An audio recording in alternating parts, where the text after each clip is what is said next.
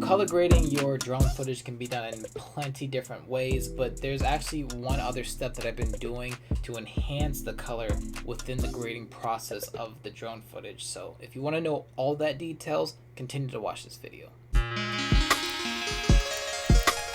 Wagwan everyone, my name is Tyski, and if you are new to my channel, I'm a content creator, filmmaker, YouTuber, all that fun stuff. And if you're about that, feel free to scroll through my channel to see if there's anything that benefits you. But otherwise than that, let's just talk about more about color grading cinematic drone footage. So here I have two different clips that I'm just going to start off with. Now we have one that's just the open beach with the rocks on the right side, and then I also have a subject of two couples that are walking by. By the way, this video is actually done from a previous video that I have, so if you want to check out that full video that I have on there, feel free to check out that full video right up here, link below. Starting off, I have my two adjustment layer, which is exposure and saturation for the bottom, and then color for the top. Doing this helps my workflow because it's all separated and organized. Now within this tutorial, I'm going to be using Color Finale Pro, and if you want to check that out for yourself, there's a link in the description below. Regardless, you can follow these steps with any color grading tools that you're currently using. So I'm going to focus all my time on the luma correction here, and we're just going to color correct everything first. Adding the contrast to give that balance. Adjust the pivot point so the midtones are roughly below 60, below 50-ish. Then adding the saturation to get the color. So at the start of it, that's looking pretty almost natural, and that's as best as I can go, and that's what you want to do. You want to make it look as natural as possible. So let's move over to the color. So at this part of the video, I assume that you guys know about the histogram and what it does and how you can read it, but if you don't, here's a brief about it. Luma helps you correct your exposure. RGB overlay just helps you see what color is more dominant. The vector scope shows you what side is the color that you're kind of leaning towards. RGB parade is going to show you the main dominant colors of red, green, and blue, adjusted within itself as the luma. And if you want more into details, you can go ahead and click up there. That's another video that shows you all about the vector scopes. So I'm going to go ahead and start off with the HSL curves. I'm going to click my color picker, and then I'm going to go ahead and let's see, pick one of the brightest colors that I have. Kind of just tweak it to give it more of a orangey look, so that way it has more of a punch to it. Do the same thing for hue versus saturation, and I'm gonna leave the rest alone. I'm gonna continue the colors with the blue and do the same for the hue and saturation. Now we can go ahead and check the differences. Very faint, but that's what we need. Next up, I'm going to bring the color wheels out. Now for my main goal, I'm going to be focusing on the RGB parade, bringing up the gain and moving it over to, let's say, down to the blue itself. Then on the gamma, I'm going to bring the greens back up. Then for the lift, I want to bring the reds back up. Now let's check the difference.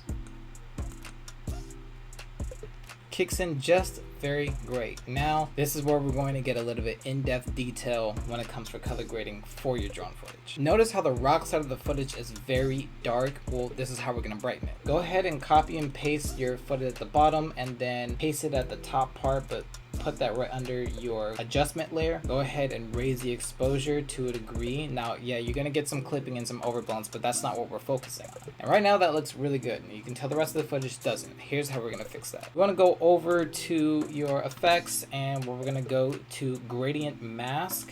You want to bring that over to the top layer. You're going to notice now we have the gradient layer. So the bottom part is going to be where you split your gradient tool. What I'm going to do is bring the actual darker part to the water, but leave the light part towards the rocks. Now that's also brighter, and we still have that color grading on there. And as I turn this clip off, you can see the difference. That is a huge difference we're talking about. So the next thing I want to do is the exact same thing, but for the water. Copy and paste.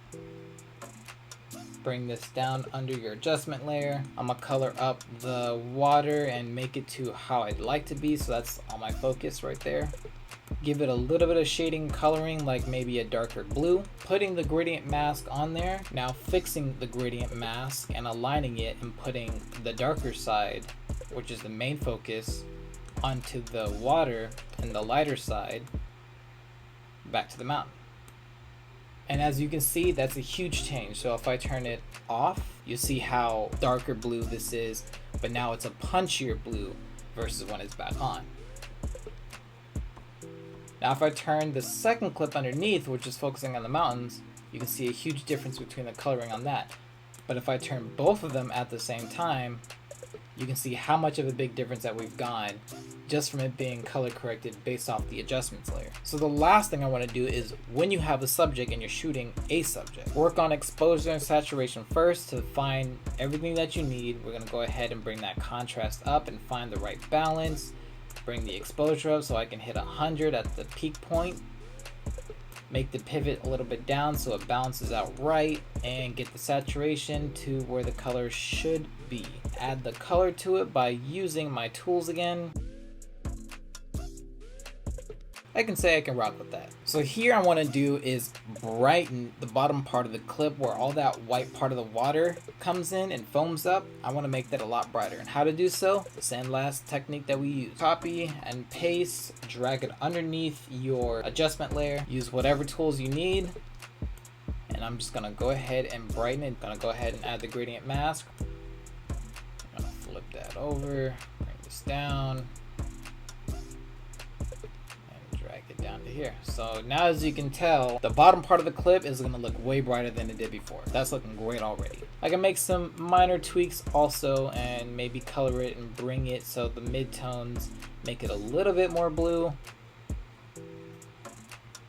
I can say that works perfect. Then I will do copy, paste again, and do the same thing for the top layer.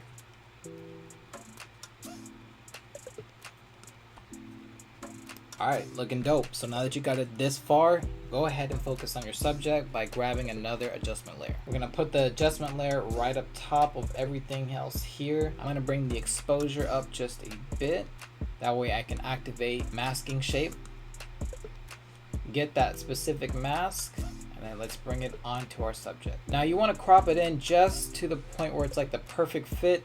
Also, you want to feather it to a specific degree so that way it doesn't look too punchy. And because they're wearing all white, I'm going to bring the exposure up just by a bit and the midtones possibly down, while bringing the shadows a little bit up. So once you're all done with that step, the last thing you want to do is just keyframe the mask part. So we're going to go ahead by pressing this key button here.